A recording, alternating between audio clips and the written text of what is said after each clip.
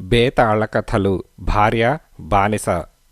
పట్టు వదలని విక్రమార్కుడు చెట్టు వద్దకు తిరిగి వెళ్ళి చెట్టుపై నుంచి శవాన్ని దించి భుజాన వేసుకుని ఎప్పటిలాగే మౌనంగా శ్మశానం కేసి నడవసాగాడు.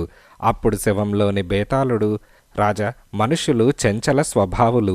వారిలో ఒకప్పుడు ఉదార భావాలు, ఉన్నత ఆశయాలు ఏర్పడినప్పటికీ అవి వారి హృదయాలలో శాశ్వతంగా ఉండవు.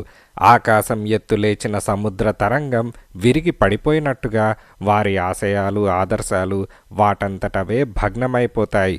దీనికి ఉదాహరణగా జిహ్వలుడనే యువకుడి కథ చెబుతాను, శ్రమ తెలియకుండా విను అంటూ బేతాళుడు ఇలా చెప్పసాగాడు. పూర్వం భరుకచ్చప నగరంలో జిహ్వలుడనే వైశ్య యువకుడు ఉండేవాడు. అతను ధనికుడు, అందమైన యువకుడు. తన సాటి యువకులు అందెగత్తలైన భార్యల కోసం అన్వేషించే సమయంలో అతను నిత్య సౌఖ్యాలను కూడా పాటించక అహోరాత్రాలు తన వ్యాపారంలోనే నిమగ్నుడై త్వరలోనే వర్తక వాణిజ్యాలలో సాటిలేని సమర్థత సంపాదించుకున్నాడు. ఆ నగరపు వర్తకులలో అతనికన్నా రెట్టింపు వయస్సు వాళ్ళు కూడా అతని సలహా సహాయాలపై ఆధారపడనారంభించారు. అతని ఖ్యాతి నగరమంతా పాకింది. జిహ్వలుడికి తమ కుమార్తెలనిచ్చి పెళ్లి చేయాలని ఎందరో కోటీశ్వరులు, గొప్ప వంశాలకు చెందినవాళ్లు ప్రయత్నించారు. అందానికి ప్రసిద్ధికెక్కిన ఎందరో కన్యలు అతన్ని పెళ్లాడాలని ఉవ్విళ్ళూరారు. కాని జిహ్వలుడు పెళ్లి మాట తలపెట్టలేదు. నాకింకా 25 ఏళ్లు నిండలేదు. యవనులతో వర్తకం ఏర్పాటు చేసుకునే ప్రయత్నంలో ఉన్నాను. ఆ ఏర్పాటు పూర్తి కాగానే వివాహం సంగతి ఆలోచిస్తాను అని జిహ్వలుడు తన బంధుమిత్రులతో అంటూ వచ్చాడు. అతను ఒక నౌకను యవన దేశం తీసుకుపోవటానికి ఆయుత్తం చేయించాడు. అందులో విలువగల వస్తు సామాగ్రి ఎక్కించాడు. మంచి ముహూర్తం చూసి జిహ్వలుడు తన పరివారంతో సహా నౌకలో ఎక్కి యవన దేశానికి ప్రయాణమయ్యాడు. జిహ్వలుడి నావికులు ఆ దేశానికి ప్రయాణం చేయటం ఇదే మొదటిసారి. కొద్ది వారాలు గడిచాయి. నౌకలో మంచినీరు, ఆహార పదార్థాలు అయిపోయాయి. వాటి కోసమని నౌకను ఒక తీరానికి చేర్చారు.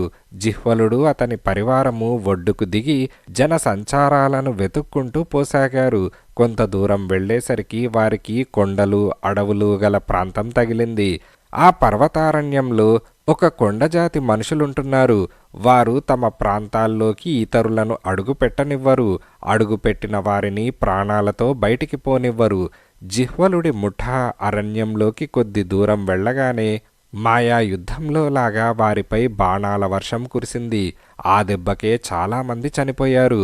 మిగిలిన వారు వెనక్కు తిరిగి పారిపోతూ ఆటవికుల ఈటలకు బలి అయ్యారు.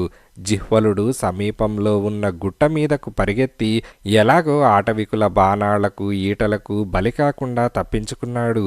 అతని పరివారంలో 2 మాత్రమే చిన్న గాయాలతో నౌకను చేరుకోగలిగారు. ఇంకా ఎవరైనా వస్తారేమోనని నావికులు ఆ రోజల్లా చూసి అందరూ చనిపోయినట్టు రూఢీ చేసుకొని నౌకను భరుకచ్చపానికి తీసుకొచ్చారు. జిహ్వలుడు తత్సమయానికి ప్రాణాలు దక్కించుకున్నాడే గాని అతను ఆ కొండ మీద దిక్కులేని చావు చావటం తప్పనిసరిగా కనిపించింది. అతను ఒక కొండ గుహలో తలదాచుకున్నాడు. ఆ చుట్టుపక్కల ఎక్కడా తిండిగాని, నీరుగాని ఉన్నట్టు అతనికి కనపడలేదు. వాటిని వెతుక్కుంటూ దూరం పోతే ఆటవికులు చంపేస్తారని అతనికి భయం.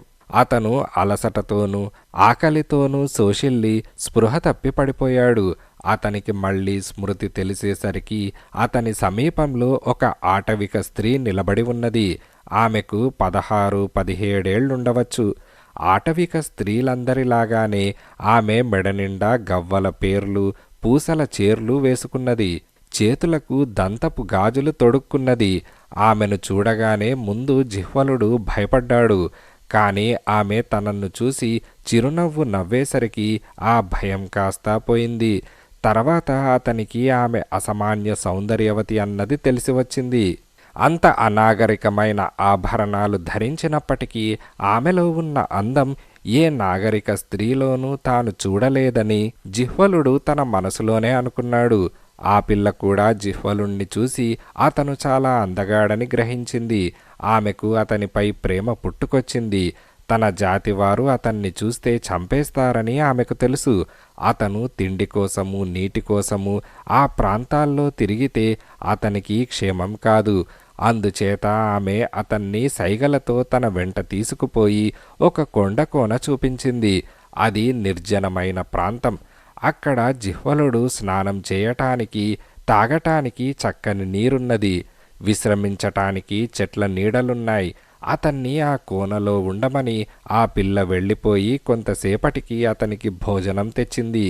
చీకటి పడిన దాకా ఆమె అతని వెంటనే ఉండి అతనికి ఎన్నో సువాసన గల అడవి పూలు మాలలు కట్టి ఇచ్చింది. అందమైన పక్షులను చూపించింది. ఆ రాత్రికి అతను పడుకునేటందుకు మంచి చోటు చూపించి మళ్ళీ వస్తానని సైగ చేసి వెళ్ళిపోయింది. వారిద్దరిది ఒక భాష కాదు, ఒక జాతి కాదు, ఒక సంస్కారం కాదు. అయినా జిహ్వలుడు ఆమెను గాఢంగా ప్రేమించాడు. ఆమె తన వెంట ఉన్నంతసేపు అతను తన కష్టాలన్నిటినీ పూర్తిగా మర్చిపోయాడు. ఆమె వెళ్ళిపోగానే అతనికి అన్ని కష్టాలు రెట్టింపు బరువుతో వచ్చి తన పైన పడ్డట్టయింది. ఆమె మళ్ళీ తనకు కనపడదేమోనన్న బెంగతో అతను ఆ రాత్రి కన్ను మూయలేదు.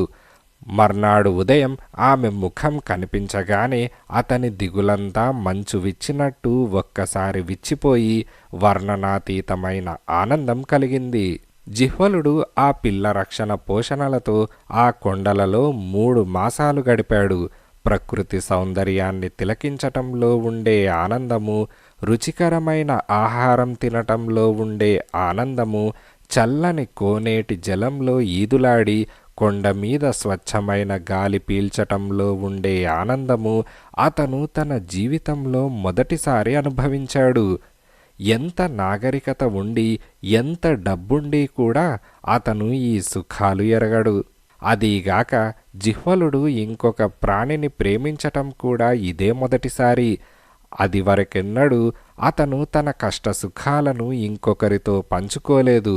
ఆ అవకాశం ఈ ఆటవికుల పిల్ల ద్వారా దొరికింది. తన వారందరికీ దూరమై చేత చిల్లి గవ్వ కూడా లేక ప్రాణాపాయ స్థితిలో ఉండి కూడా ఆ పిల్ల ధర్మమా అంటూ స్వర్గ సుఖాలన్నీ అనుభవిస్తున్నాననుకున్నాడు. ఈ 3 నెలల కాలంలో వారు ఒకరి భాష ఒకరు నేర్చుకున్నారు. ఒకనాడు జిహ్వలుడు తన స్నేహితురాలితో, నేనిక్కడిలా ఎంతకాలం బతకను? నాకు ఇల్లు వాకిళ్ళు ఉన్నాయి. కానీ నువ్వు లేకపోతే నాకవి ఏవీ అక్కర్లేదు. నా వెంట వచ్చేసి నన్ను పెళ్ళాడు. నిన్ను మహారాణిలాగా చూసుకుంటాను అని అన్నాడు. ఇందుకు ఆమె సమ్మతించింది. ఒకరోజు చీకటి పడగానే ఇద్దరూ ఆ అటవికుల ప్రాంతం విడిచిపెట్టి సముద్ర తీరానికి వచ్చారు. అదృష్టవశాత్తు వారికొక తీర నౌక దొరికింది. జిహ్వలుడు తన కొత్త భార్యతో సహా అందులో ఎక్కి కాలక్రమాన భరుకచ్చపానికి చేరుకున్నాడు. భరుకచ్చపరేవు అంత దూరాన కనపడగానే జిహ్వలుడిలో ఒక వింత మార్పు వచ్చేసింది. అతను నిద్ర మేల్కొన్న వాడిలాగా అయ్యాడు. అతని మనస్సులో అదివరకున్న ఆలోచనలన్నీ మాయమైపోయి మామూలు వర్తకుడైపోయాడు. 3 నెలలు వ్యాపారం మానటం వల్ల తనకెంత నష్టం వచ్చిందో అంచనా వేసుకున్నాడు. సముద్రాల మీద వెళ్ళి అతను సరుకు వెంట తీసుకురాకుండా ఎన్నడూ తిరిగి రాలేదు. ఈసారి అతను వెంట తెచ్చిందేమిటి? ఒక అనాగరికపు ఆటవికుల పిల్లని. ఆమెను బానిసగా అమ్మితే మంచి డబ్బు రావచ్చునని, తనకు కలిగిన నష్టం కొంత పూడవచ్చునని అతనికి తట్టింది. ఆమె వల్ల అతనికి అంతకన్నా మరో ఉపయోగం కనిపించలేదు. రేవులోకి అడుగు పెట్టగానే జిహ్వలుడు ఆ పిల్లను వర్తకులకు అమ్మజూపాడు. ఆ సంగతి గ్రహించి ఆమె భోరున ఏడుస్తూ, నన్నమ్మేయకండి, నేను గర్భవతిని అని అన్నది. ఈ సంగతి చెప్పావు కావేం అంటూ జిహ్వలుడు ఆమెను ఆమె గర్భంలో ఉన్న బిడ్డతో సహా దాదాపు రెట్టింపు ధరకు బానిసగా అమ్మేశాడు. బేతాళుడు ఈ కథ చెప్పి, రాజా, జిహ్వలుడు ఇలాంటి పని ఎందుకు చేశాడు? అతనికి ఆ పిల్ల ప్రాణభిక్ష పెట్టి ప్రేమించి ఉపకారమే చేసింది గాని అపకారం చెయ్యలేదే. అతను ఆమెను ప్రేమించిన మాట అబద్ధమా? అతను ఆమెను అమ్మే దురుద్దేశంతోనే వెంట తెచ్చాడా? లేక ప్రేమ అనేది ఒట్టి మోసమా? ఈ సందేహానికి సమాధానం తెలిసి కూడా చెప్పకపోయావో నీ తల పగిలిపోతుంది అని బేతాళుడన్నాడు. దానికి విక్రమార్కుడు, ఆ దేశం కాని దేశంలో జిహ్వలుడు ఆ పిల్లను నిష్కల్మషంగానే ప్రేమించాడు. అతను స్వదేశానికి తిరిగి రాక యావజ్జీవం అక్కడే ఉండిపోయినట్టయితే బతికున్నంత కాలము ఆమెను ప్రాణం కన్నా ఎక్కువగా ప్రేమించేవాడు. ప్రేమ మోసం ఎంతమాత్రం కాదు. అది వ్యక్తులను బాగు చేస్తుంది కానీ పాడు చేయదు. అయితే స్వార్థంతో కూడుకున్న నాగరికతలో ప్రేమ నీరు లేని మొక్కలాగా వాడి నశించిపోతుంది. జిహ్వలుడు ప్రేమను దక్కించుకోదలిచినట్లయితే తన స్వార్థపూరిత జీవనాన్ని వదులుకొని అడవిలో ఉండవలసింది. రెండూ కావాలని కోరటమే అతను చేసిన తప్పు. అందుచేతనే ఆమెను రాణిని చేస్తానని మాట ఇచ్చినవాడు చివరకు బానిసను చేసేశాడు అని విక్రమార్కుడు సమాధానమిచ్చాడు. రాజుకు ఈ విధంగా మౌనభంగం కలగగానే బేతాళుడు శవంతో సహా మాయమై తిరిగి చెట్టెక్కాడు.